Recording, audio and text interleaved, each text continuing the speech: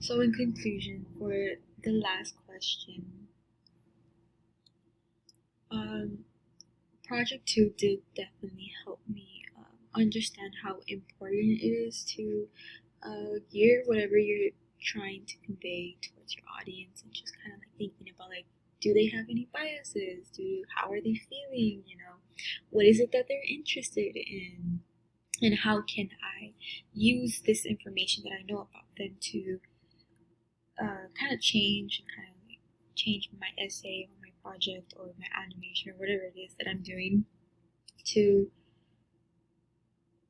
have that audience empathize and be interested in what I'm trying to say. And that's something that I learned in Project 2. It's definitely something I'm going to keep in mind for, any future projects that I have, or essays that I have for any other classes. I think maybe an example of how I'm going to use it was probably this.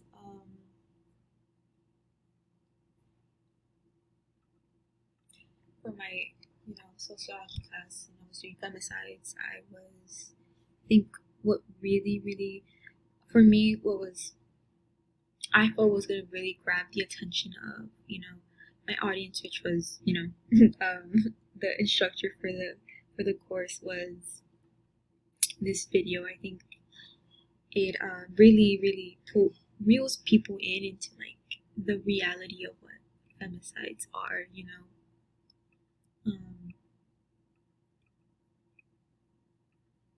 Can't really play the video, but Femicide Crisis, a documentary. You want to go see it. I think it, just really shows kind of summarizes everything that I was just kind of saying in my final for my sociology class, and you can just really see how important of an issue it is. So just kind of like using text, visual, text, and audio to show what I was trying to interest my audience in what I was trying to say. I think I think I did a pretty good job of engaging my audience in this project, project presentation that I was doing for my class. Definitely, probably gonna use the engagement assignment. I think the question number 6 was just really helpful, really, really helpful when it came to understanding my audience and trying to change up my project to really interest and have my audience sympathize with,